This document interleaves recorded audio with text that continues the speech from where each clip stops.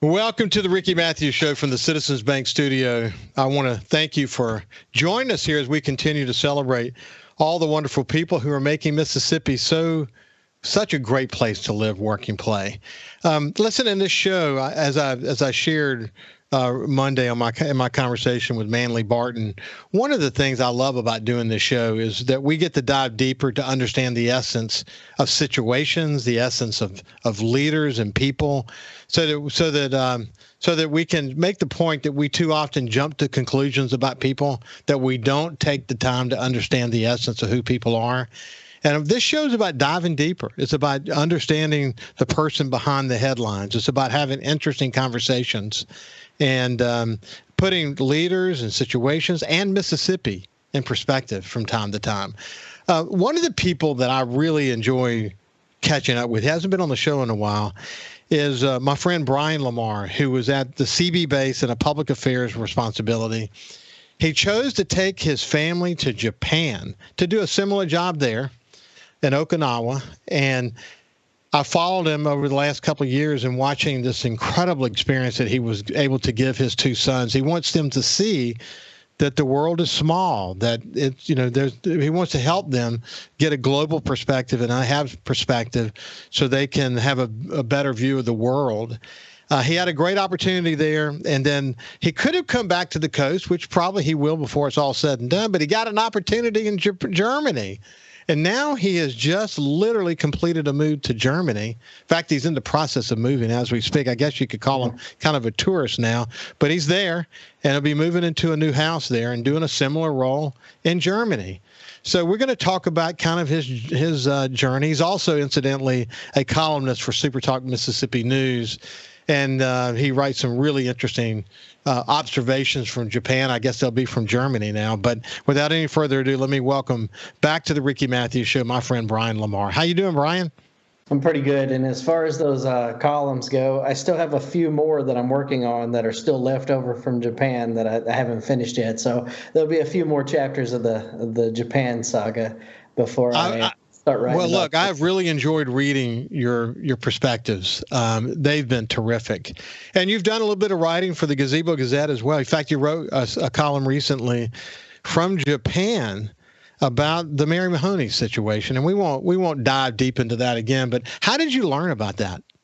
So I woke up one morning, and it was probably the morning after the news broke out there, and was kind of scrolling, through my news feeds, and I saw it was the Daily Telegraph out of the United Kingdom, and it was just the headline about Mary Mahoney's, and I was I was like, wow, that's just strange. A UK newspaper got Mary Mahoney's in their headlines, and it was basically the issue with the mislabeled fish, and immediately my heart sank because as a food writer, so one of the things that I did for the Gazebo Gazette for years. And then before that, the Biloxi D'Iberville Press, before they quit, was I had a column called The Great Foodini, and I just recommend places to go. I never criticized restaurants. If my goal is to tell people where they can go out on a Friday or Saturday night or some special occasion. My rule was if I wrote about where not to go, then I still didn't answer the question for my readers where to go. And I felt a little bit of like heartburn reading that article in the Daily Telegraph, because as a food writer, as a foodie, as a judge in competitions all over the Mississippi Gulf Coast and other places as well for food competitions, so many people come to me as the food guy, and they say, Brian, I've got an anniversary coming up, or I've got this or that coming up, and where do I go? Or visitors coming from out of town, where do I go? And I said, well, what do you want? Well, we want some good seafood.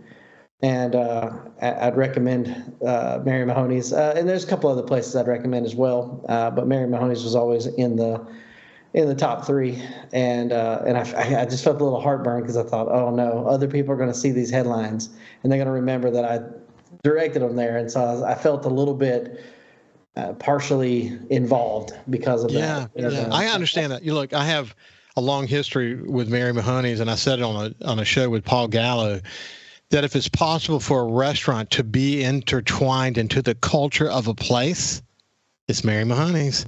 So I think that's one of the reasons it struck such a chord. And New York Post and, as you said, Daily Mail, Daily Telegraph, it was an international story. And unfortunately, there's sentencing coming, and then there's the wholesalers will be divulged at some point.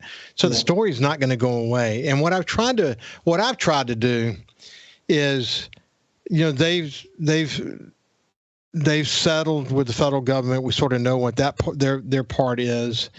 Again, more news to come. But what I've tried to focus on is where we go from here. And they fixed a lot of their issues 5 years ago. And so, I guess if you could go there now and know that things are going to be better. But it was interesting. I had Chris Nelson on from Bon Secours Fisheries down in South Louisiana, someone I got to know really well when I led the oil recovery efforts in Alabama for Governor Riley. Terrific community leader. And one of the things we talked about is, in the wake of this situation, once this happened, Alabama immediately introduced a bill into the Alabama legislature. It's been signed into law, and it will become law October the 1st with mandatory, seafood labeling. And they cited very specifically the Mary Mahoney situation is why they acted. So they did so very quickly. We're not in a legislative session right now, but my guess is there'll be a lot more discussions about this. 2 years ago, we tried to get mandatory labeling here in Mississippi, and it was actually fought by the Restaurant Association. So I think clarity needs to come. I think it's important that we build integrity back into the labeling. I go to church at St. Michael's in Biloxi. A lot of commercial fishermen go to church there as well. I've had the opportunity to have many conversations with them. This has been an ongoing discussion and debate about, it's seafood, like energy, is a global market. So a lot of, it's not necessarily wrong to import seafood. That happens all over. It happens in Japan. It happens in Germany. It happens here in coastal Mississippi. I think the issue really is about integrity, making sure you're telling people what it is you're serving, and then let them choose for themselves whether they want to eat it or not. We have to build integrity back into our system, and I think that's where this is going to go. A lot of conversations happening around that now, and so some good will come from it. That's what I think when it's all said and done. It's very disappointing that it's happened. It will stay in the news now until it fully settles out, but that's where it is. But I was so surprised to see you write about it from Japan. That's it. That's actually important that you saw the news in your international reading, and that's a little unfortunate. When I first got to Biloxi, and I sat on a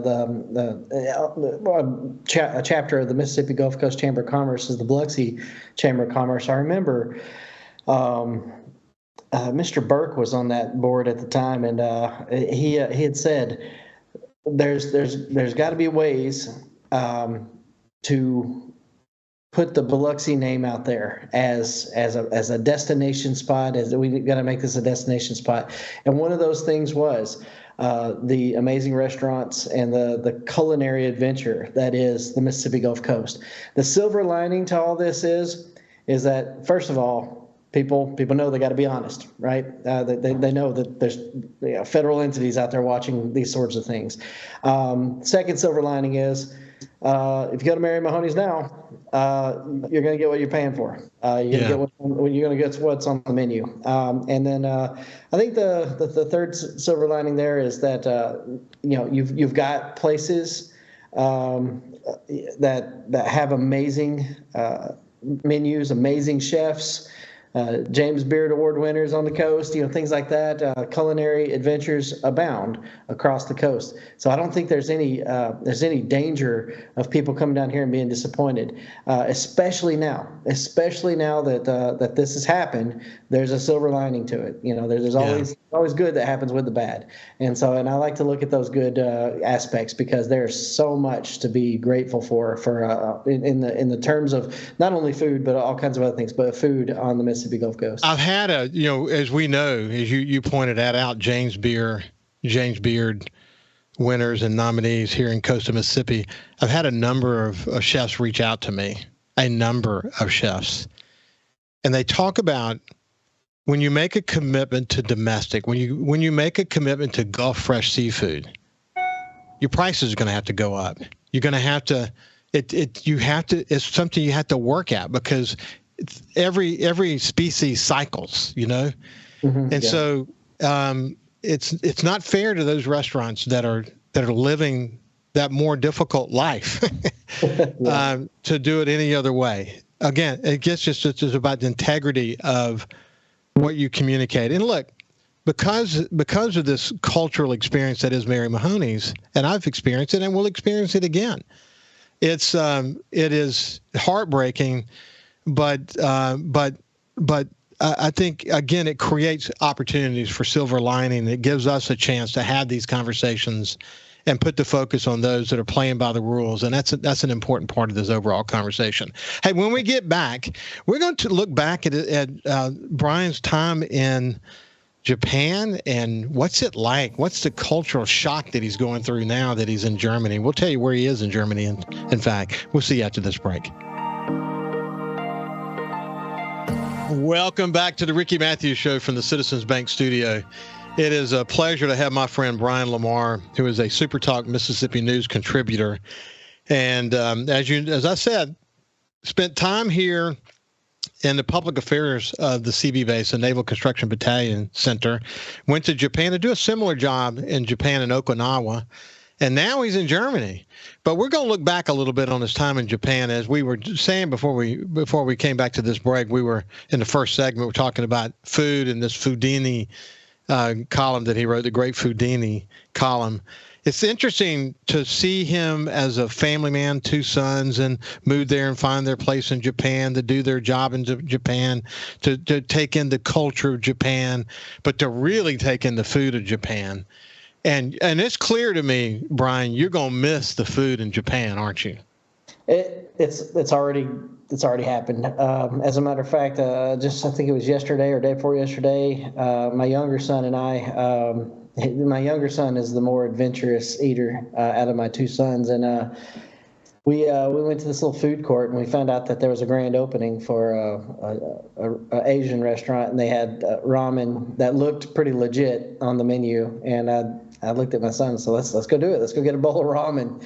And he's like, in Germany, shouldn't we be getting something else? And I was like, I'm just missing ramen. So we went and got a bowl of ramen, and it was not 100% exact of what we were expecting, but it was pretty close, and it was enough. It was enough to do the trick. It's funny, when we first moved to Japan. When we told people we're moving to Japan, and I think I wrote about this in the last column that I published with you guys. My mom and my sister were very much like, oh, don't they eat raw fish there? I'm like, yeah, well, they got other things too, but the raw fish, the sashimi, is delicious. So, and we really got into that culture of eating sashimi on a regular basis. I probably lost 20 pounds, even though I ate like a pig every day.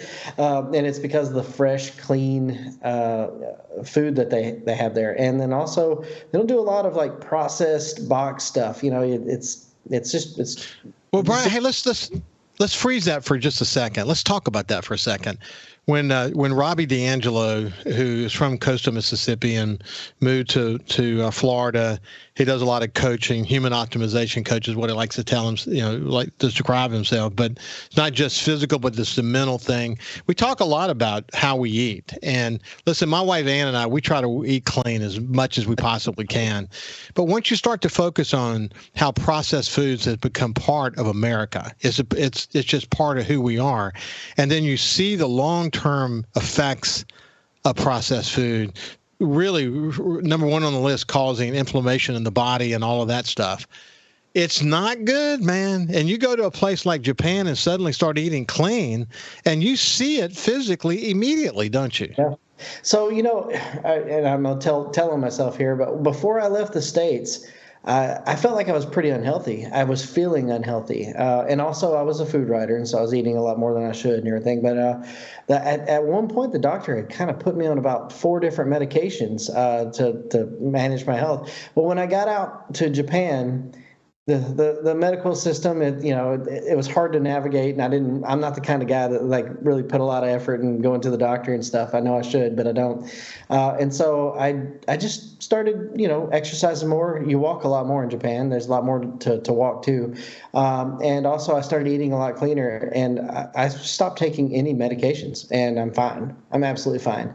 We'll see how that works in Europe, but it seems like so far we've been walking around a lot. But Europe, I'd say the food is a little bit less healthy than Japan. A lot more fried foods there, right? Yeah, I've been eating a lot of schnitzel with the creamy mushroom sauce. It's called Jager schnitzel. That's my favorite. Not necessarily a health diet over here. I loved it. You posted on one of your dinners. Had some, I think one of the ingredients now that is coming back to me, mushrooms, and one of your sons is not much, as you pointed out already, he's not someone who likes to explore. Yeah, right. So, yeah, my older son, he's always just going to find a rice-based dish or something like that. Yeah. The kid was in heaven in Japan. It was rice every day, but yeah, to get him to try certain things, maybe it's a texture thing. I don't know what it is, but he's a lot more shy. But my 11-year-old will just buckle down and sit down next to me and try anything I'm trying. Yeah. Hey, what's interesting? The one thing I haven't asked you before, you think about the role that you played here at the CB base, helping arrange lots of people to talk to me on this show, and the relationship you had with media all across coastal Mississippi. And I mean, you were just a machine. When you go to a place like Japan and do kind of a similar role, how much are the cultural differences, and how much do the cultural differences change the way that you activate what you do? Yeah, so I'm a very proactive public affairs officer. I reach out to the media, and well, you know this. I reach out to the media in a proactive way, and also engage with the community in a very proactive way. I even push harder than I need to. I could easily sit back on my laurels and collect a paycheck, but I want that engagement between the Department of Defense and whoever I'm trying to engage with. In Japan, especially in Okinawa, they're not as military friendly as they are in Mississippi by far. One of it is kind of an anti-war culture, and with Japan's history, I get it. It's a very anti-war culture. You find a lot of protesters and stuff, but even then, I felt like I was able to still go out and engage with the community in positive ways, and make lasting friendships with the community and the base in a lot of different avenues. But the media, honestly, there's just like in the States, there's media that are for and there's media that are against. There's kind of that duality there. You can't really say conservative versus liberal or anything like that. It's a little different than that there, but there is a pro-U.S. involvement out there, a pro-U.S. Position there, and an anti. With the newspapers in Okinawa, I would say that you had about an 80-20 split, 80 being not a fan, and 20 being there for us, as well, supporting what we're trying to accomplish in the Pacific. And so that was a little bit harder to wrap my head around, because there's many times in Mississippi, CBs are doing something. Go out to whoever it was. I don't want to name your other media competitors on your program, but there are other across the Mississippi Gulf Coast. You can go there and they're all supportive. They're like, yeah, the Seabees, and they remember the Seabees too for Camille and Katrina and stuff, and the Army of Chainsaws helping clear the roads and stuff. So the Seabees do have a good positive name in the community. The U.S. military in Okinawa have had a tense relationship since the 40s. So there was a little bit of difficulty there, and I don't know what to expect for Germany as much. Last time I was here was 15 years ago, and my job was more of an internal relations kind of thing. We were in a multinational unit. There's like 17 different nations in this headquarters, and my job was kind of more internal communications. So this job that I'll be doing now in Germany, I feel like there will be more external engagements, and so we'll see how it goes. It's how much was nerve-wracking. was there a language barrier in Japan? Yeah, there was a bit of a language barrier. Luckily, I had a couple of people that would interpret and translate with me, that worked with me, and so we would get over those language barriers. But I'll tell you what, one of the biggest successes that I had with bilateral relations with the Japanese forces was a guy named Koji Saboni. He was a command sergeant major for the Japanese military there. And man, I tell you what, I was almost in tears last lunch that we had together. He speaks about 12 words of English, and I speak about 12 words of Japanese. But somehow, between Google Translate and just being willing to work with each other, we formed a great bond, and our units got together a lot and did a lot of great work together. And the importance of bilateral relationships is you want to do that in peacetime, because you don't want to, first time you're working together, you don't want to be in like an aggressive state against a common enemy, because that's not the time to work out things and iron out kinks. It's those times when it's in peacetime, making those deep, lasting relationships is important. So now here in Europe, we got a lot of NATO nations, got a lot of different people that have a common goal. Of course, the Ukraine thing is an important thing in the news here in Europe, and so I know that's going to be in the forefront of everything I think about when I'm doing this job. Yeah, there's no doubt that it will. In fact, when we come back, I mean, you're limited on what you can say. I get all that. It'd be interesting. The situation in Japan and that theater is unique and becoming more unique with each passing day with more recent news. And then, of course, the situation with NATO and Russia and Ukraine is unique as well. It's kind of unsettling, the world that we're in today. And you have a very specific role to connect with the local community and to keep people engaged. We'll continue our conversation with Brian Lamar on the other side. We live in a small world. And whether we're talking about energy policy or seafood or having conversations with former Supreme Court Justice Oliver Diaz and his world travels. In fact, he's going to be joining me soon, actually. He's in Budapest as I'm doing this show now. But he'll be on the show soon. I don't know where he'll be because we're not sure where on the calendar it's going to fit in. But he and his wife Jennifer are somewhere along the way. He's writing about travel. He's contributed to SuperTalk Mississippi News. He's writing a book. I'm looking forward to catching up with Oliver. But when I'm having the opportunity to visit my friend Brian Lamar, we're reminded that we live in a small world. I mean, the world is small, and so when you go to a place like Japan, Brian, and you do your work similar to what you did at the CB base, certainly the culture is different. The partners are different. Their view, they don't even have a First Amendment, so their view of news is different. And that's the way it's going to be now that you're in Germany. But what's interesting, though, is that human relationships are similar. People want to connect. Their language may be different. Their past may be different. Their experiences are certainly different. But people want to connect with each other, don't they? Yeah. So most of my engagements with the locals in Okinawa were pretty positive. Even folks up from mainland Japan, very positive. We did this bi-weekly event each morning. We'd meet up at a coffee shop, and we'd have it was like a language exchange, and we just talk. Let local Okinawans who wanted to practice English. We could practice our Japanese if we wanted to. And the conversations and the friendships that were built were amazing.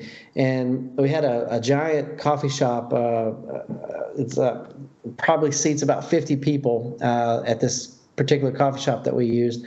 and we would fill it up every time. And so we started doing it twice a month, and it still filled up every time. And they were talking about just going to once a week, but before I left, and it's just that kind of is a good indicator of how much just the average person just wants to engage with other people besides their own culture. Yeah, get a perspective. I was it was fun watching. Of course, when you go on a journey like this with your wife and 2 sons, it's a family affair. It's you're going as a unit. You guys bought into it, lock, stock, and barrel. You went and did it. What's fascinating is watching how quickly your wife assimilated and watching how your 2 sons assimilate. Oh, yeah. I mean, I would have expected big time culture shock because they leave their friends behind in coastal Mississippi and they go to Japan. But man, they hit the ground running, didn't they? So, it helped going to Japan that we were going to put them in a Japanese school, but we decided, no, that's a bridge too far. Let's just go ahead and put them in the American school there. And they made friends immediately and stuff. And so that was helpful. They missed their friends from Mississippi for sure. And then Courtney got involved in dragon boat racing and just all sorts of other things and made a lot of friends that way. I felt like I was the odd man out. I was just the guy going to work and back home every day. And so my social calendar was not full so by any means. And so I was watching all of them just do all the but watching my family thrive in that adversity as well. So just our first time going out to dinner in Japan was difficult. We get there and there's no English menus and stuff like that. So we're filling it out. We're using Google Translate and we're filling it out. And we all ended up having a good meal, but just the stress of we don't want to make these people mad because we don't know what we're doing. Or a funny one is they have this thing called conveyor belt sushi. Sushi restaurants where the sushi will come out on conveyor belts. Well, they recently changed it in the last couple of years to where when you order it, it comes out. But they used to have certain staples that would go out and people could just pull them off their conveyor belt and they'd charge you for whatever plates you pulled off conveyor belt.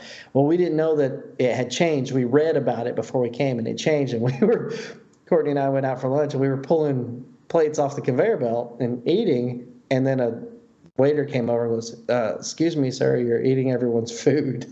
And it was food that other people had ordered.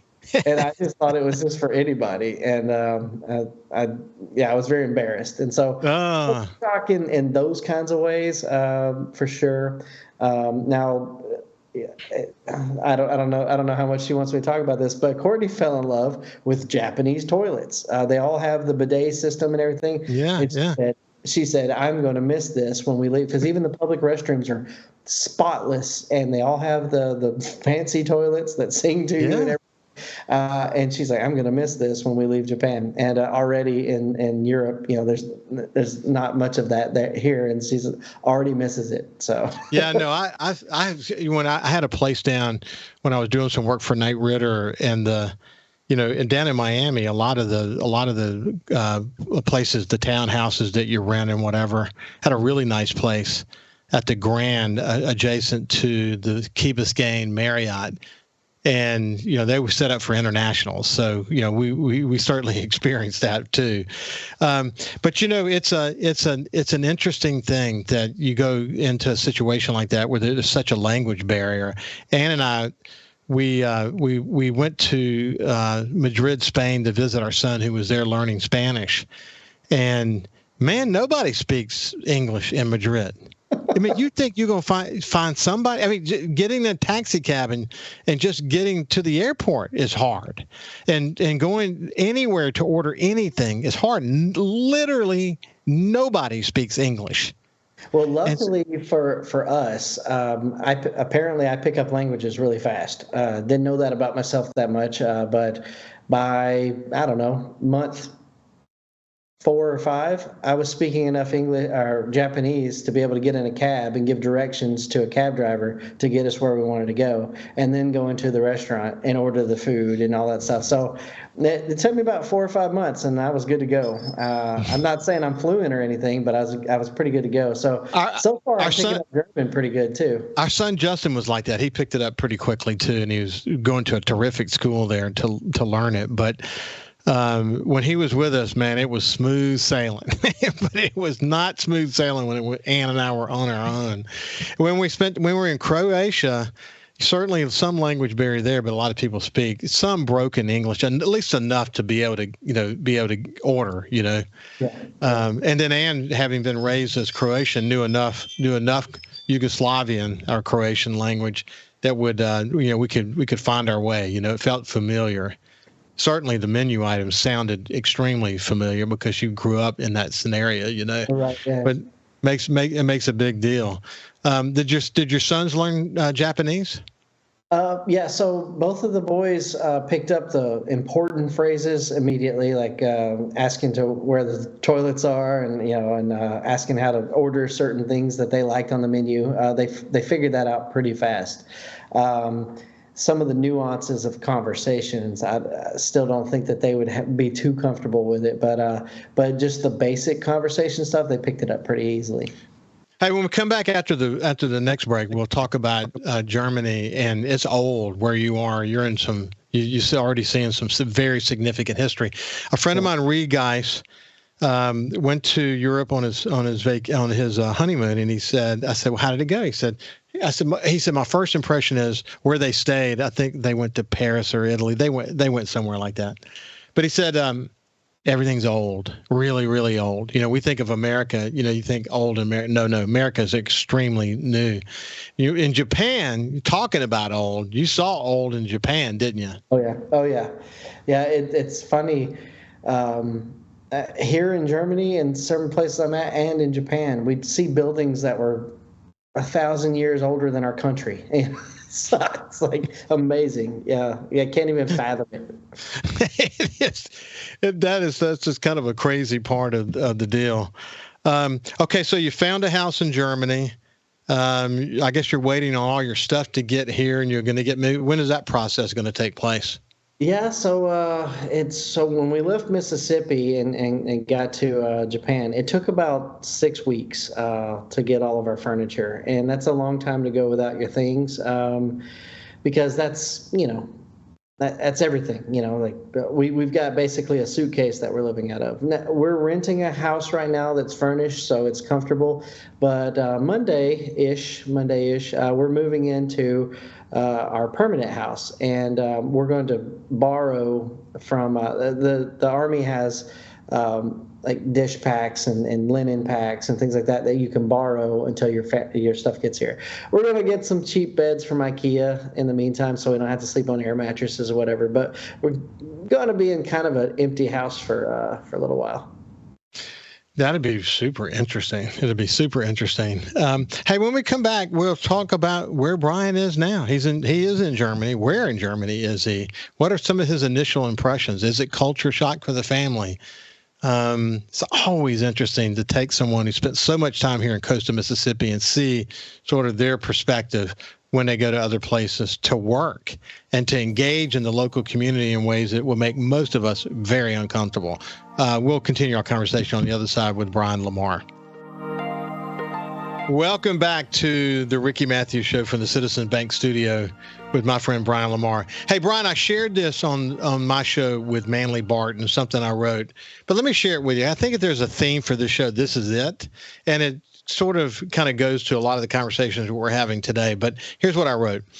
We too often go with a narrative about a person or situation without diving more deeply ourselves to understand more fully. It pays to talk to people, to listen, to understand their perspectives. We should all work harder to understand the essence of others. And by doing that, we can develop for ourselves a more complete understanding of the actual narrative and not jump to conclusions too quickly. So that's one of the things I like about a long-form show like this is we get a chance to really study the essence of who people are. But in your work, whether it was here at the CB base or whether it was in Japan and now in Germany, part of what makes you successful is really understanding perspective. You work hard to do that, don't you? Well, I try. I realize that my perspective is just one fraction of the reality that is life. I know that when I try to look through other people's eyes or through their mind's eye to kind of capture the essence of the way they think about things, I really feel like I've spent my life trying to figure out how to do that. Going to Japan was one of those eye-opening experiences. The last 3 or 4 public affairs jobs that I'd had back in the States, I kept going to places where there's a lot of like-minded folks, that I was preaching to the choir is a good phrase there. In Mississippi, if I try to go out, and preach the goodness and the CBs, we do this and that, and this is why we exist and stuff. I'm preaching to the choir. There's so many people in Mississippi. They already go, yeah, bud, we got it. You don't have to tell us, but I'm like, well, it's my job to tell you, so I'm gonna tell you anyways. But there were so many people that were just ready to be supportive and engage and be part of that fabric, and included our CBs, and before that, when I was at Keesler, our airmen, included them into the fabric that was Mississippi Gulf Coast. And so I always didn't, we used to have this phrase as good neighbor initiatives. There was like this push to let's try to fit into the culture of Mississippi Gulf Coast. And I said, well, boss, we don't have to do that. We are the culture. We're part of the culture. At this point, we're part of it. Maybe some of us come and go, but the CB base in Keesler and Camp Shelby and all those things around, they're part of the place now. So it's different. Like I said, in Japan, there was a little bit of culture shock job-wise there because, we were there. We've been there for quite some time, but we still weren't quite part of that place. And so I understood that perspective. And in Germany, there's a little bit of that as well. But you're talking about culture shock earlier, just like on a personal level. Language and stuff like that. There was a bit of a culture shock when we got to Japan. But I've found that my family fell in love with Japan so much that we've gotten culture shock from Japan to Germany. There's certain things that they've gotten so comfortable with about Japanese culture that they miss big time in Germany. And I won't go into that very much other than just to say that there are things that we found very comfortable in Japan, things that we understood. And I think some of the previous columns of being able to go out into public and just not have to worry about some crazy gunman showing up and shooting up the place. That was a thing in Japan that we loved so much.